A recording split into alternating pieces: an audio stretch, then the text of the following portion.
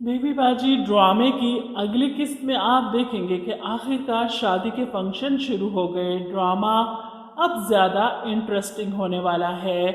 तो पहले ही मेहंदी का फंक्शन है। समन मेहंदी की दुल्हन बनी सबके साथ एंट्री लेती है और इसके बाद वासिफ साइकिल पर बिठाए वलीद को धमाकेदार एंट्री करता है।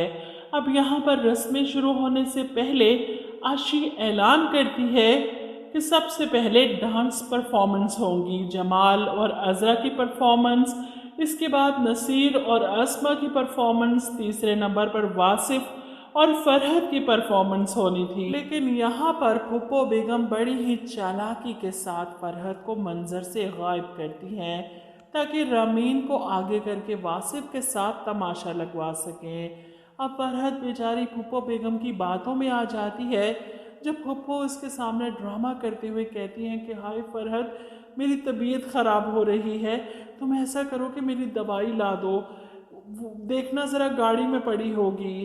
फरहत अपनी दोस्त के साथ दवाई लेने बाहर को जाती है। ऐसे में वासिफ जो स्टेज पर खड़ा मुंतजिर था फरहत का कि कहाँ रह गई वो, पास खड़ी रामीन को फुप्पो बेगम स्टेज की तरफ करती हैं कि तुम नाच लो साथ। फरहत पता नहीं कहाँ चली गई। अब रामीन तो पहले ही इस मौके की तलाश में थी, इसे और क्या चाहिए था। वासिफ नाच रहा था तो साथ ही रामीन भी डांस फ्लोर पर इसके साथ शुरू हो जाती है कपल डांस करने। और इसी लम्हे फरहत हाथ में मेडिसिन पकड़े वापस आती है। स्टेज पर नज़र पड़ते ही इसके पैरों तले से ज़मीन खिसक जाती है। ये क्या हो रहा है यहाँ पर? वासिफ रामीन के साथ किस तरह डांस कर सकता है? इससे बर्दाश्त नहीं हुआ। वहीं अज़रा को शदीद गुस्सा आता है रामीन पर कि वो किस तरह नाच रही है। वो आगे बढ़कर रामीन को पकड़कर स्टेज से उतारती है। फुप्पो बेगम तो बड़े मज़े से ये सारा तमाशा देख रही हैं। इन्हें तो पहले ही इस शादी में कोई हंगामा चाहिए और ये सब देखने के बाद तो इन्हें बहुत मज़ा आने वाला है। ऐसे में फरहत जो गेट के पास ही खड़ी ये देखकर पलटने लगती है तो अज़रा इसके पीछे आती है। कहाँ रह गई थी फरहत? और फरहत अज़रा भाभी पर ही बरस पड़ती है। ये सब क्या तमाशा है? आप मुझे बताएं अज़रा भाभी, अगर जमाल भाई किसी ऐसी लड़की के साथ डांस कर रहे होते जो आपको नापसंद हो तो आप कैसे रिएक्ट करती? अज़रा फरहत को समझाने की कोशिश करती है कि इसमें वासिफ का कोई कसूर नहीं, इसको तो फंसाया गया है। लेकिन फरहत अज़रा भाभी की कोई बात नहीं सुनना चाहती। रहने दे भाभी, वासिफ कोई छोटा सा बच्चा है जिसे फंसाया गया।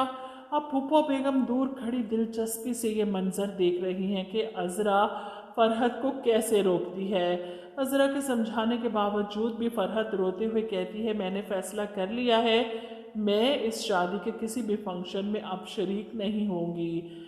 ऐसे में वासिफ इसे देखकर वहाँ आ जाता है और उसकी बात सुन लेता है। फरहत, जो कुछ भी हुआ अनजाने में हुआ, मैं तुम्हारा वेट कर रहा था, मुझे तो पता ही नहीं कि रामीन पीछे से साथ डांस करना शुरू हो गई कब स्टेज पर आकर।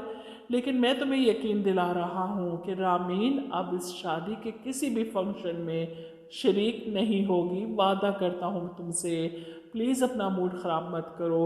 अब दूर खड़ी रामीन वासिफ को इस तरह अपनी बीवी की मिन्नतें करते देख रही थी। खैर वासिफ माजरत करता है रामीन से कि हमारा फैमिली फंक्शन है और मैं नहीं चाहता कि मेरी बीवी अनकंफर्टेबल हो किसी भी वजह से।